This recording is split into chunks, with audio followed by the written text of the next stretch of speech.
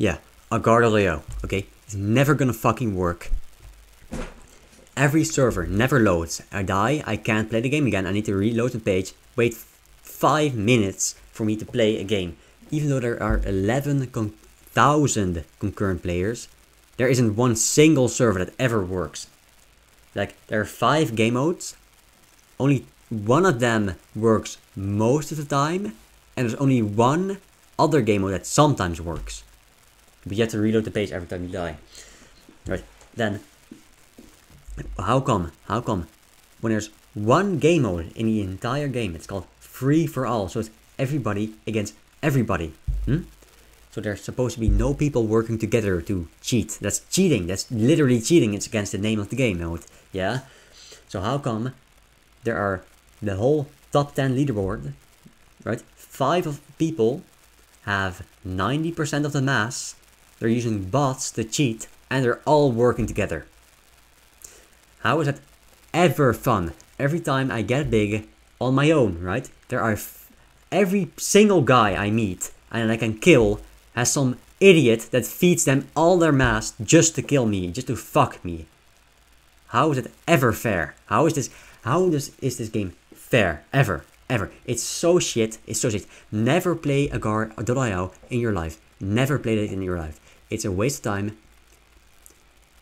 Yo, if you ever play this game for more than 10 minutes in your entire life, I feel sorry for you, man. This is the work of the devil. You know, I don't believe in God.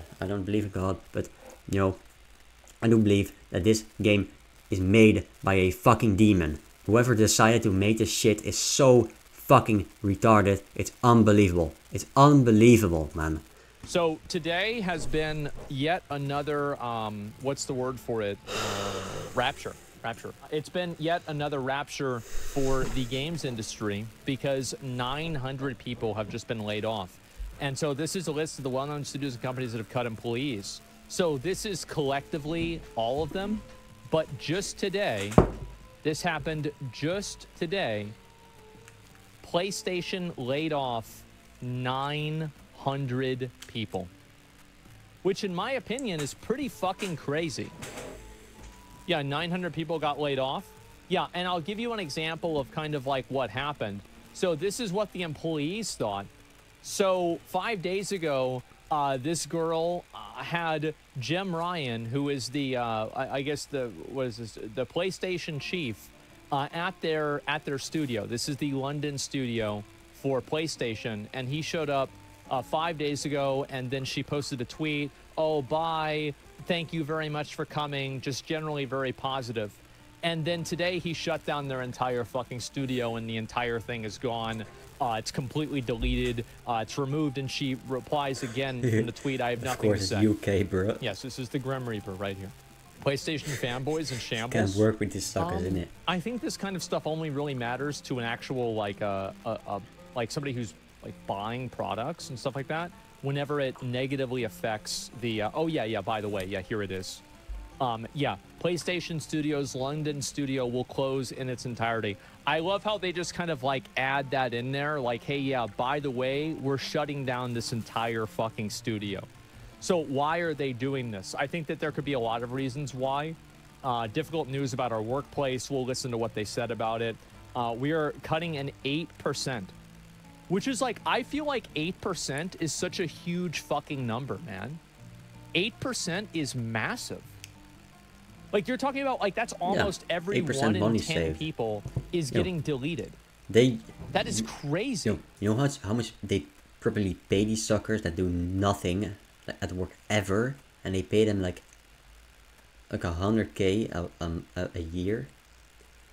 Like 800k saved for them, dude. That's free money for the couple of suckers that do nothing, man. Especially for a company that size. Yeah, you're right. I mean, 90 mil. Think about that. 90 million a year saved for a studio that probably delivered maybe like not even 1 million a year. Pfizer cutting anybody? Free, things make you go, just saving well, money, the reason why you probably don't see Pfizer cutting anybody is because we're not really following that kind of news. Maybe they also are cutting people. I'm not sure. But like, you know, I primarily follow gaming and tech news here. So like they do vaccines and like medical stuff. So yeah, I don't know about that. 8% is typical for companies. Yeah. Everyone's doing slow cuts. Yeah, it's massive. We're saying goodbye to colleagues that we cherish. If we cherish them, you wouldn't let them go. Well, here's really what's going to happen. And I think this is going to continue happening, and it's going to keep getting... come on. You can't blame them for... They're using nice words to lay people off. What do you expect them to say? Like, you're these shit fucking low-life lazy bums. I'm gonna lay them off. Of course I'm gonna lay them off. You're not gonna say that to them. You're just gonna... Yeah. So fucking stupid, man. I think it's going to keep getting worse. Being polite. You can't even be polite these days, man. Like, when I was little, man, I was a little fucker. I was like 8 years old. I never talked to people. I never talk to people. I don't know what being polite means, actually. Is that you're going to see these development studios realizing that there are more things that they can automate and different functionalities that require less work overall from these companies. And because of that, they're not going to need as many people, and they're going to remove them. That's it. And we see the positions that were laid off. I think it's mostly customer service. I think an entire studio isn't going to be customer service, you know? Yeah, I feel like that's kind of unlikely. They hired too much during the pandemic and they're trimming the fat. Yeah, I think that's definitely true too. Yeah, absolutely. What games has London Studio done anyways? I'm not sure. I'd have to look into it and see for myself. People always talk about bubbles, and I think that video games just had a very weird bubble in the past 15 years. It's VR that, yeah, I think nobody that buys video VR games had games, I think tech had a really weird bubble because of COVID. And I think that a lot of these companies just irresponsibly overhired. And they overhired, and then after the market stabilized after COVID, a lot of them didn't need all these people. You're seeing all these technological advances that are happening super fast. You put all these things together. I used to own a PlayStation, and the PlayStation store was full with VR shit, but nobody plays VR because VR is expensive, and it's inferior to just playing with a controller or a mouse. So nobody plays VR. Like a small portion of people that play games play VR games. So it just doesn't make money, and they wanted it to make money, and it doesn't. And now they realize, so they're laying people off that make VR games. Of course they are, because it doesn't make them any money. And before you know it, you don't need to have 900 extra people in your fucking company. That's really the reason. They knew exactly what they were doing. Well, yeah, sure. I mean, I'm not saying that... It's hard to say, like, is the company right or wrong? I don't think it really matters. Like, companies do not exist to be in service of right or wrong. They exist to make money. Like, should it be illegal to fire people? I mean, I don't know. It depends on what the situation is. But overall, if a company can do this, a company will do this. And I think that the larger the company is, the more of a guarantee that you have with something like that. You're probably not going to see it with a studio like Larian, because Larian's a much smaller place. But with a large studio like PlayStation or Sony, then yeah, you're probably going to see a lot more of it. That's definitely it. Regardless of being right or wrong, they still got laid off. Yeah. Not surprised. Yeah, I'm going to be fair here. You're a company, right? You know, it might be greedy, but the company exists to make money. And I think a predictable company, even if it's greedy, I think it's better. If you own a company, that you just use the company just to make money, and then the government, right, places laws to protect people from greed, from the greed that comes with that. In that way, they are restricted by rules, but you know what they're gonna do. So it's easy to make the laws that restrict them. But if you're not gonna do that as a company, and you're gonna put morals into the place, right? Then you get companies that try to find loopholes. That's not good. You don't want it to find loopholes. You just want them to just make money, make money in a way that they're allowed to. Okay. Big studios still can't stop taking big L's. I don't think that they're really taking big L's with this necessarily. I think that all the time people get very upset seeing this kind of stuff happen. And that's definitely true. It really sucks to see people lose their job in this way. But at the end of the day, I don't think that a lot of the actual like gamers care about this to the extent that they don't feel like it affects their service. So like if they're not actually like losing their service and they're able to still get the games and play the games the same that they used to, I don't think they're really going to matter. I've seen community managers that got impacted by this. Yeah. Now with the new hiring processes, the pool talent is a lot smaller because the talent pool you have to hire from, before you could hire based on skill, now you have to select from a pool of certain classes or groups. Oh, you're talking about like the diversity stuff? I don't know how like realistic that is. Did they talk about during the 5 days he knew it was closing? I don't know. That's a really good question. I have no fucking idea. On topic of crappy console companies, do you mind checking the Mutahar video on Nintendo? Yeah, I saw that already. I will look at the Nintendo thing. Because, yeah, Nintendo's also shutting down, like, a very big emulator. I've noticed that before. I was a diversity hire, and it's real as fuck. Oh, I'm sure with some people it is. I mean, it's one of those things that I don't really know how common something like that is because it's probably over and also underrepresented based off of people's agenda. So I don't really know how common it really is. But I would be very skeptical listening to somebody who thinks that they have, like, definitive proof on it. So, yeah. And people whining about delusion beyond value with actually what they do for the company. Well, I think that like, so this is my perspective on it, right? Is that I totally empathize and sympathize with the way that people feel whenever they get removed or fired from a company or laid off.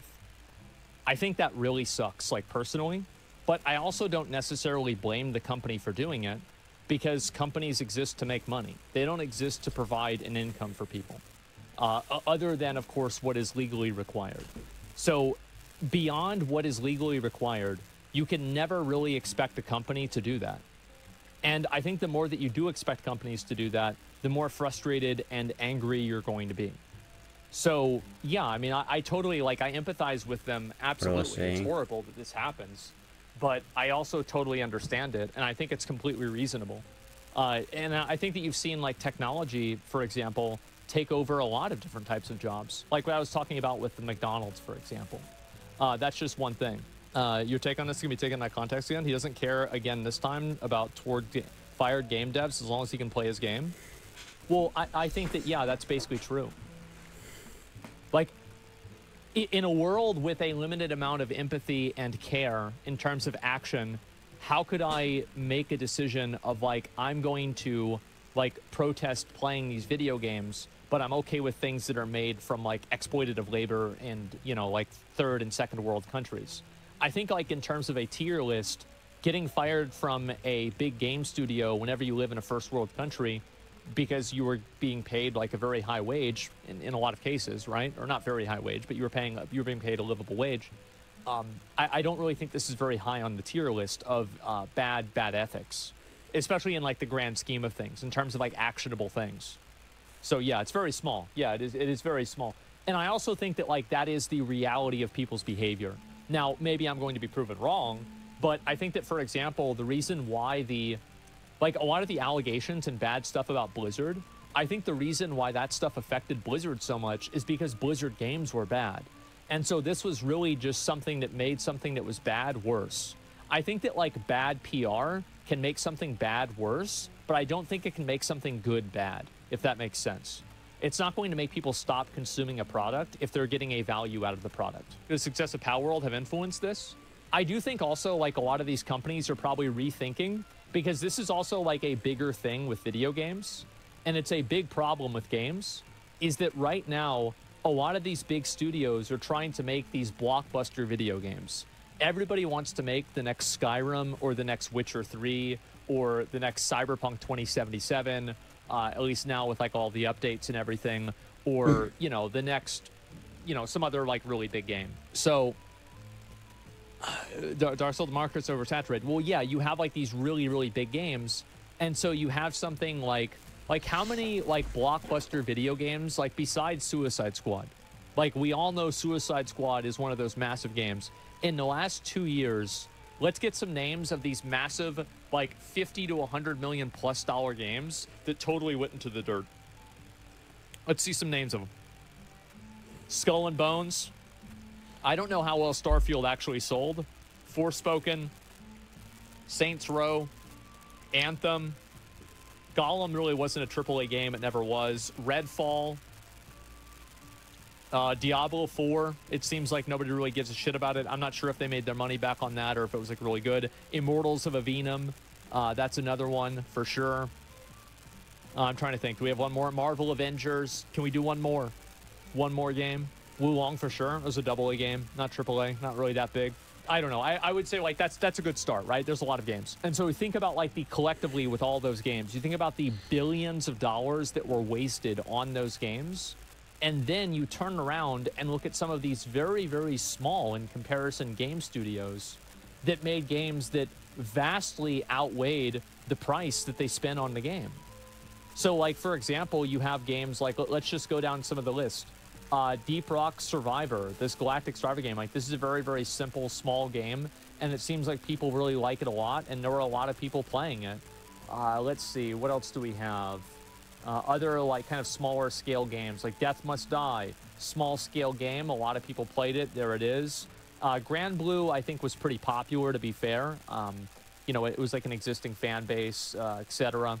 Helldivers was fucking huge. Like, Helldivers is a really great example. Because Helldivers is like, that is the most recent example.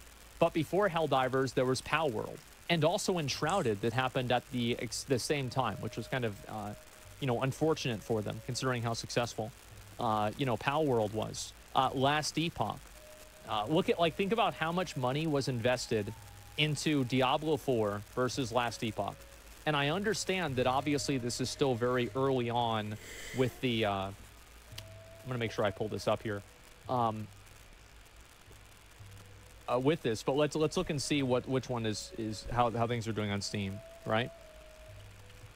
And I don't want you guys to look necessarily at look at what happened with the season. Like, the season barely even brought anyone back, and almost no one is playing Diablo 4. And I know that obviously most people are playing it on Battle.net. But the reality is that, like, Last Epoch really isn't having that kind of a massive drop-off in the same way that Diablo 4 is. So, at a certain point, let's say that Last Epoch makes half as much money as Diablo 4. Like, Last Epoch makes $50 million, Diablo 4 makes $100 million.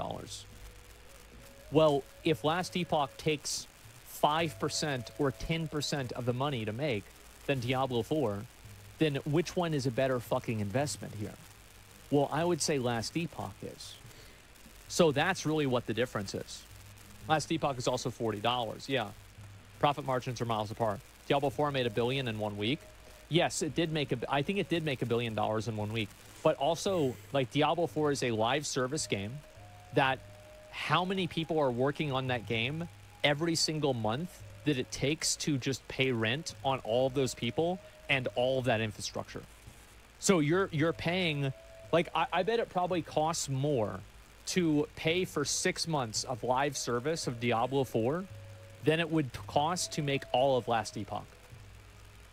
And I would be, like, I'm kind of talking out of my ass here, to be completely honest with you. But, like, you see how massive these companies are and how big these teams are. The Last Epoch team isn't anywhere near that. So, it sucks to suck, yeah. You're making an educated guess. I'm making the best educated guess based off of what I understand, which, to be fair, is, you know, kind of limited. But if somebody else wants to talk to me about this that knows more about it, I'd love to hear.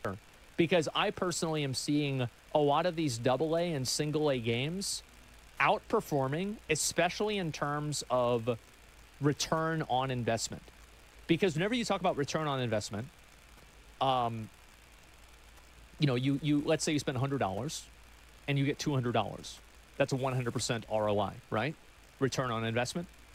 Pretty simple. I just want to make sure that we're, like, all on the same page. You can talk with Pirate Software about this? Yeah, sure. I'd love to. I think that'd be good. Someone in Game That I say the reason why many people are not playing Last Epoch right now is they're playing other games. If there weren't other games for them to play, they'd be playing Last Epoch. Yeah, I definitely think so too. I totally agree. I think that there's going to be a lot of people who will go back and play Last Epoch, even though they haven't played it right now. So, Asmat doesn't understand how much $1 billion is, apparently. What did I say? Sales, Diablo 4 reached $1 billion. Okay, so like, all right, so think about it like this. All right, so you're talking about like $1 billion. How much is $1 billion? Well, it's $1,000 million, right? Pretty simple. So how much did Diablo 4 take to make? I think that they put out that number, right? It was like hundreds of millions of dollars, right? Didn't they say it was like $600 million or something like that? I don't know if that was like really anything legit, but they spent probably up to $100 million on marketing alone. Not to make, I don't know, but I think that they spent a tremendous millions and millions and millions and millions of dollars on making this game. And are they really making their money back if you look at it percentage wise? So like if you spend $200 million and you make $1 billion, you are going up 400%, right? But if you spend $1 million or $20 million and you make $200 million, you're going up like fucking 10x. So I think that the problem is that studios have been focusing on making these massive blockbuster games. And the process of making these massive blockbuster games is such a huge investment. And I think that also didn't, let me see if I can pull this up real quick.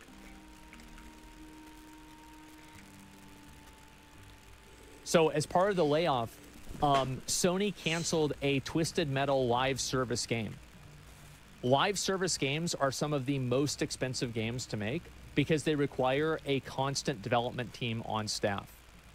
Like, for example, think about if you make Elden Ring, and after they make the Erdtree DLC, think about how many people are going to be actively working on Elden Ring anymore at From Software. Basically fucking nobody. Like maybe a handful of people that do customer service and like, you know, just occasional balancing changes, but basically nobody. But the problem with live service is that you are basically attaching yourself, marrying yourself to this game and the continual success of this game. So yeah, Sony sees that a lot of people aren't really liking live service games.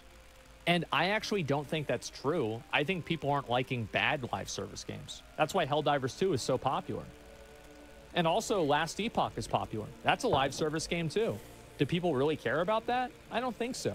I think they really care about having games that just have bad quality. So I think this is really kind of a reevaluation that I think these gaming companies are going to make in terms of what is the value of investing $100 million just on development of a video game whenever there are so many massive duds.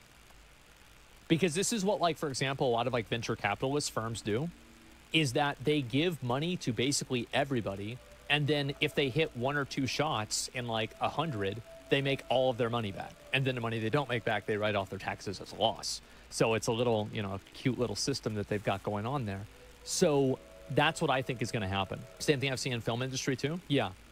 Basically, you're going to see, I think, these studios moving away from making these blockbuster games outside of like the big games like God of War, whatever Elden Ring 2 is going to be, Death Stranding 2, Red Dead Redemption, Grand Theft Auto 6.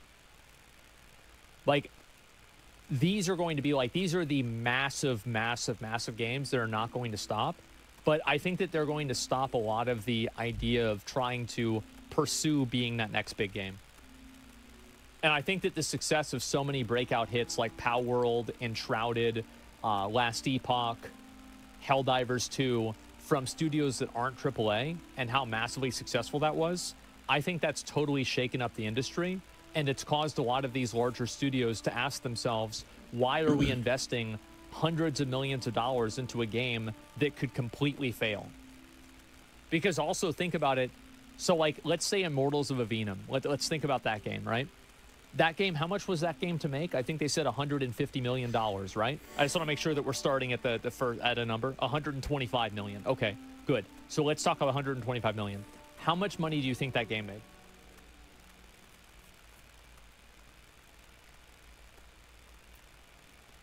I think probably 10 to 30 million dollars, right? Probably like 10 to 30 million dollars, somewhere around there.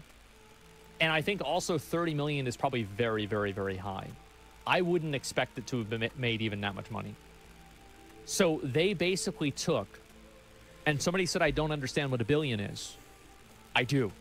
I remember watching the Wreckful video. We all watched it back 10 years ago.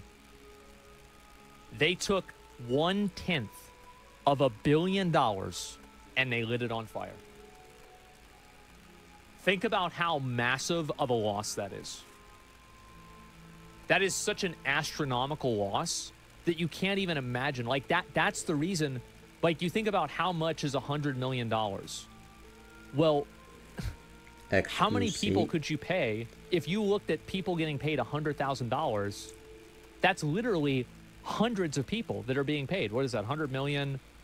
Like a thousand people. Yeah, that would be 1,000 people. You'd have 1,000 people. You could pay $100,000. That is crazy. Or 2 CEOs. Yeah, exactly. You have no idea how much they spent on anything. All we know is what they made, and they made $1 billion a year ago.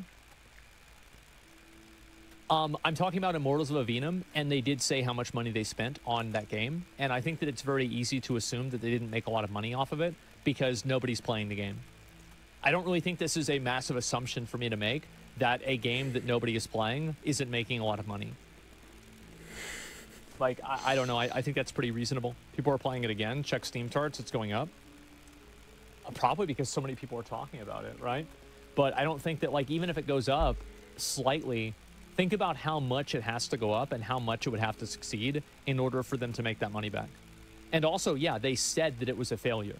So it's not like I'm not making an assumption here. I'm agreeing with them. I agree with Diablo 4. They don't want us to know how much they made with the store, and they probably make their money back in 2 to 3 weeks of release on the store alone. There is a big reason. Like, if I was a developer, I would probably want to add in microtransactions in one way or another.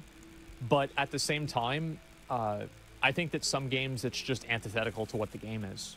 And I think that some developers don't understand that, and they don't respect that. 24 people playing it. Yeah, I don't really think that's going up by a whole lot, right? They may profit after release, but if nobody plays it, the running costs will eat into it. Yeah. And so, like, this is kind of how I think it's going to go, right? With a game like Diablo 4. And this is what's problematic, right? So you have, this is, I guess, let me think of a way to put this. Money. And then you have time, right? And so you obviously have the launch of a game. And so at the launch of the game, you have $0, and then the launch, you go up massively. And then over time, and then you add in little things into the store, you know, little things like that. But you are still going to be making less money over time. And this is the life of Diablo 4. That's basically what happens. And so because you do have the operating expenses of the game, and the operating expenses of the game are relatively similar regardless. Like, you need to have customer service. You need to have people developing new seasons. Now, you're going to cut back on that, but whenever you cut back on development, then that makes this black line above it go down even faster. So it's like the more you cut down on development, the more you have to cut down on development because people are receiving a lower product. So eventually what ends up happening is you have like the monthly income and the monthly revenue that this game generates becomes lower than the operating costs. And that's whenever they make the expansion, I think. They make the expansion at that point, and then they get that massive surge again, and then they go back down the line. But the problem is that, and I think this is the way that almost all live service games work, but the difference is that a good live service game, this line will go down much more slowly. Didn't they take 100 years to make Diablo 4? Yeah, it took way too long. I don't think that's true. Riot came out and said League of Legends runs on whales money. I don't think it's outside of the realm of possibility that whale money also exists in Diablo 4, just like how it exists in Diablo Immortal. I don't know exactly like how, well, also like the League business model. Well, so I disagree with you. So the League business model, you're not buying a video game. So like the entire value proposition of the game is totally different. So it could only be possible that the game would exist on Whale's money because you're not purchasing a video game. So, and I think also with Diablo Immortal, it's the same thing. It's a free video game. I'm talking about this is what happens with like buy-to-play live service games. And I think that more and more people are starting to see that like a lot of these live service games, there's like, in my opinion, and I feel this way about battle passes, there's like a cap on like how many battle passes and how many games do you want to maintain at any given time. Because like how many of you guys, you're like, you have a quota, I guess, in your mind of like, okay, I'm going to play, you know, 3 live service games at a time. And if I stop playing this game, I'm going to play another game. Max but 2. if I don't play it, then I'll play something new. 2 max, right? I can do like 2. Yeah, and that's what happens. So like, for example, whenever I finish Grand Blue, which isn't really a live service game, or 0. but it's close to a live service game, right? It is and it's not because it's receiving updates. Then I'm going to go back and play Wuthering Waves more. So like what happens is that all of these games are competing for such a limited amount of time that a person has. And if you're not playing the game regularly, and I'm talking about this is like an off-stream casual game that I'm playing on my free time. Obviously, it doesn't mean I'm going to play Wuthering Waves on stream every day. I'm just talking about it in the same way, like I'm not playing Grand Blue every day on stream. Well, I am, but I'm not playing it. The game's playing itself. So I'm saying like on a personal level. Can you explain what a live service game is? Live service game, oh yeah, sure. For anybody that doesn't really understand, live service games are games that continuously get updates after the game is released in a consecutive and consistent and substantial way. So for example, like a new season for a game, or new balancing patches regularly for something like League of Legends. But like, and you contrast that with something like Baldur's Gate, which doesn't really get live service updates. It receives updates to the game and they're improving the game over time, which is crazy that they're doing that, but it's not really a formal live service game in the same way. Like Elden Ring is not a live service game. Armored Core 6 is not a live service game, even though they do make updates to the game. I think live service games, is a game a live service? If a game has a battle pass, it's probably a live service. That's a pretty good way to say it. Yeah, all MMOs are live service games. Yeah, usually always online. Yeah, because it's like, it makes sense, right? You've got to have a live service. It's an online game. It's got to be live. You know, it is what it is. Live service equals money. Yeah, basically, the more ways that you can spend money on a game, the higher the chances that it's a live service game.